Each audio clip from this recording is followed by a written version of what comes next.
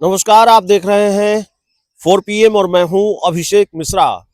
देखिए, राहुल गांधी नेता प्रतिपक्ष और कांग्रेस के दिग्गज नेता राहुल गांधी एक बार फिर बिहार आ रहे हैं और इस महीने में उनका दूसरा बिहार दौरा है। राहुल गांधी का ये दूसरा बिहार दौरा है। पिछली बार जब राहुल गांधी बिहार आए तो संविधान सुरक्षा सम्मेलन को संबोधित किया, पार्टी दफ्तर भी आए, कार्यकर्ताओं में जोश भी भरा, पार्टी के नेताओं और कार्यकर्ताओं में जोश भरा, बीपीएससी के अभ्यर्थियों से मिले और सबसे बड़ा काम ऑल इज वेल का मैसेज देकर चले गए।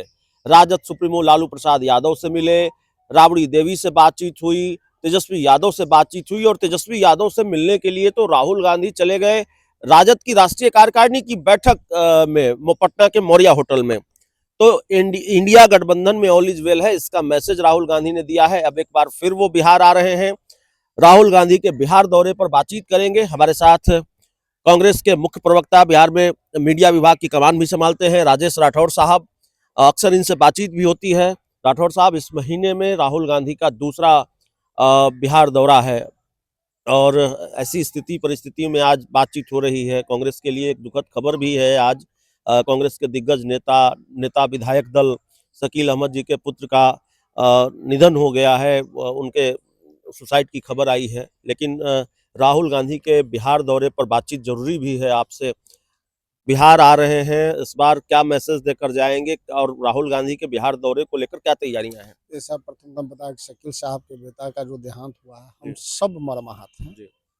शकील साहब को ईश्वर शक्ति दे इस पीड़ा से लड़ने और उबरने की। लेकिन राहुल गांधी जी का कार्यक्रम पहले ही बन चुका था। दुखद घटना आज घटी है। राहुल जी दूसरी बार साल में आ रहे हैं और यूं कहें आप तो 1 महीना के अंदर 2 साल हो जाएगा। आपने ठीक ही कहा था। राहुल जी ने पहले से कहा था कि भाई जी, जो देश के वंचित है, शोषित हैं, पिछड़ा है, जो 90% ऐसे लोग हैं, हम उनको मुख्य धारा में जोड़ना चाहते हैं। कल ही उन्होंने एक ट्वीट किया था जगदेव बाबू की जयंती समारोह में और एक लाइन कोटेशन जगदेव बाबू का उन्होंने डाला था कि 100 में 90 शोषित, 90 भाग हमारा है। और आज फिर वो जिस कार्यक्रम में आ रहे हैं 5 तारीख को जगलाल चौधरी जी के जयंती समारोह में, शायद बहुत आदमी पहली बार सुने जगलाल चौधरी कौन है। हमसे ही प्रेस वाले पूछते हैं, बड़े-बड़े प्रेस वाले पूछते हैं कि जगलाल चौधरी कौन है? आप समझिए, राहुल गांधी जी उनका जयंती में आ रहा है जिनको लोगों ने छोड़ दिया। छोड़ किनको दिया? वो चूंकि वंचित समाज से थे। जगलाल चौधरी जी स्वतंत्रता सेनानी थे। इतने ही नहीं, इनके दोनों पुत्र भी स्वतंत्रता सेनानी रहे हैं। और श्री पहली बाबू, बार शायद बिहार में शराबबंदी लागू की थी उन्होंने, मैंने जो वही जानकारी कहा मेरी है। कि श्री बाबू के प्रथम मुख्यमंत्री काल में जो चुनाव से पहले हुआ था 35-36 के दशक में जब बने थे, सरकार बनी थी, इनको 3 मंत्री बनने थे जिसमें दलित समाज से अकेले ये मंत्री थे और कई विभागों के बाद आबकारी विभाग भी इनके पास था।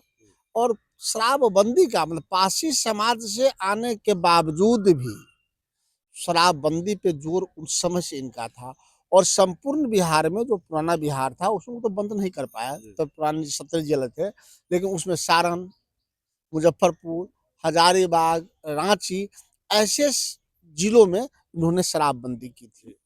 ठीक है, वो लंबे दिनों तक नहीं चला, लेकिन वो उच्च विचार के आदमी, उच्च सामाजिक सोच के व्यक्ति, लेकिन उनको किसने छोड़ा? जो अपने आप के पिछड़ा के भी राजनीति करने वाले व्यक्ति थे, उन्होंने भी उनकी जयंती कभी नहीं मनाई।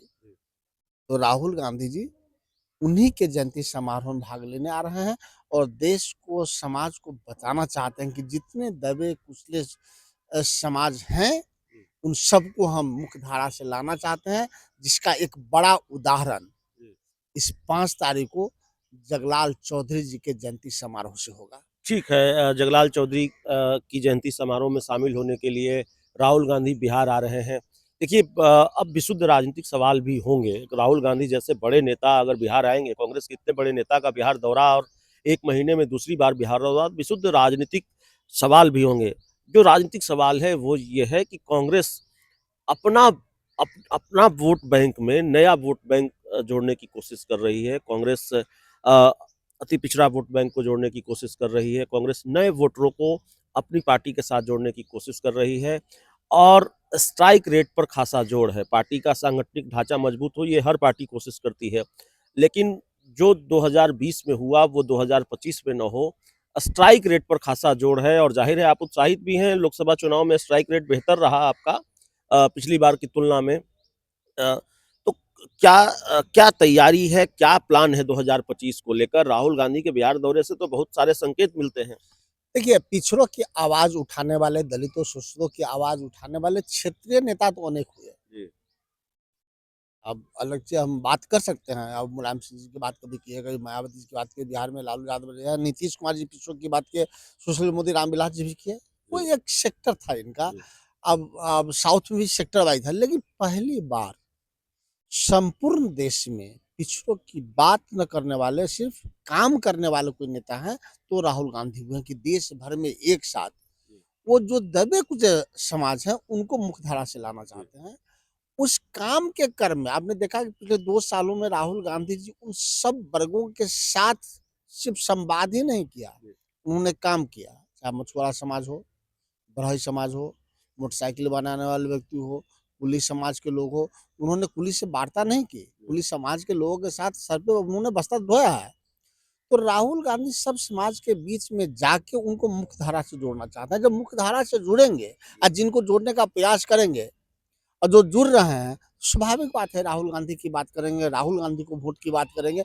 राहुल गांधी वोट के लिए नहीं कर रहे हैं, वो देश और समाज के लिए कर रहे हैं। लेकिन समाज के लोगों को देश की मजबूती राहुल गांधी में दिखाई दे रहा है, और हमारे जो सहयोगी दल है वो भी समझ रहे हैं कि राहुल गांधी के साथ रहने से हमें क्या फायदा हुआ। आपने देखा उत्तर प्रदेश में अखिलेश यादव जी थे, तो उनका भी स्टाइल अच्छा रहा। तो यहाँ हम नहीं कहते मेरा स्ट्राइक बहुत ही अच्छा रहा। तेजस्वी यादव आप जी ये ने कह रहे हैं कि राहुल गांधी के बिना नैया पार नहीं लगेगी किसी भी राज्य में इंडिया गठबंधन की? निश्चित तौर पे राहुल गांधी के बिना इस देश की राजनीति को सोचना ही गुनाह होगा, क्योंकि राहुल गांधी जी आजाद देश के दूसरे गांधी हैं। जी।